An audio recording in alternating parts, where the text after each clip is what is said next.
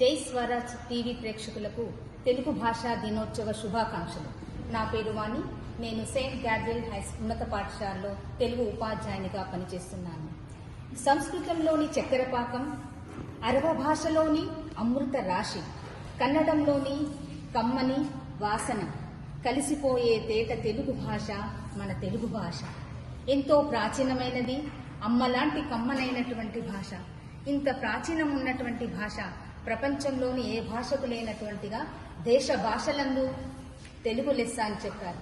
అలాగే Italian of the east అని కూడా మన తెలుగు భాష గురించి గొప్పగా చెప్పుకోవడం జరిగింది. మిగతా భాషల్లో లేనట్టుగా తెలుగులో సామెతలు, పొడుపు కథలు, జాతీయాలు ఇవన్నీ కూడా చక్కగా వివరించి చెప్పడం జరిగింది. అమ్మ ఎంత కమనీయమైనదో, స్వచ్ఛమైనటువంటి పాలు ఎంత కమ్మనైనవో, పారే జలతారు ఎంత స్వచ్ఛమైనదో అలాంటిదే మా భాష తెలుగు భాష. తెలుగు భాషలో అనేక ప్రక్రియలు కలవు. అందులో శతకము కూడా ఒకటి. 100 నుంచి 108 పద్యాలతో కూడుకున్నటువంటిది శతక పద్యము. వేమన సుమతి, వేమన శతకము, సుమతి శతకము, ఇలా చాలా రకాలుగా శతక పద్యాలు కవులు రచించారు. అసలు వేమన శతక పద్యము రానటువంటి తెలుగువాడు లేడు అంటే అది అతిశయోక్తి కాదు. ముందుగా పిల్లలకి మాటలు వచ్చిన తర్వాత తాత, నాన్నమ్మలు, అమ్మమ్మలు మొదటగా నేర్పించేది చక్కటి వేమన శతకం. అంత ప్రాచీనమైనది మన భాష. సుమారుగా 2400 సంవత్సరాల క్రితం మన భాష ఉద్భవించింది. ఇంతే కాదండి, మన సైన్స్ కూడా ఏమని చెప్తుందంటే తెలుగు మాట్లాడడం వల్ల మన శరీరంలోని 72,000 ఆర్గాన్స్ యాక్టివేట్ అవుతున్నాయి.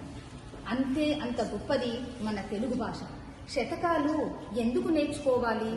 పుట్టిన పిల్లవాడి దగ్గర నుంచి మాటలు వచ్చినప్పటి నుంచి శతకాలు నేర్పిస్తున్నారు. శతకాలు మానవుని యొక్క నైతిక విలువల్ని పెంపొందిస్తున్నాయి. సమాజంలో రేపటి పౌరుడు ఎలా ఉండాలో తీర్చిదిద్దబడుతున్నాయి మన శతక పద్యాలు. శతకాలు కేవలం పుస్తకంలో అచ్చువేసి పరీక్షల్లో ప్రశ్నలకి జవాబులు రాయడమే కాదు, సత్ప్రవర్తన కలిగినటువంటి ఒక మంచి పౌరుడిగా తీర్చిదిద్దగలుగుతున్నవి మన శతక పద్యాలు. అంత గొప్పటి శతకాలు కేవలం మన తెలుగు భాషల్లోనే కలవు. మనమందరం కూడా భావితరానికి ఇలాంటి ఉత్తమమైనటువంటి పద్యాలను, మన అమ్మలాంటి తెలుగు భాషను అందిస్తూ ప్రపంచంలోకెల్లా గొప్పదైనటువంటి భాషగా ఇంకా అందరూ గొప్పగా చెప్పుకునే విధంగా చేయాలని ఆశిస్తున్నాను. ధన్యవాదాలు.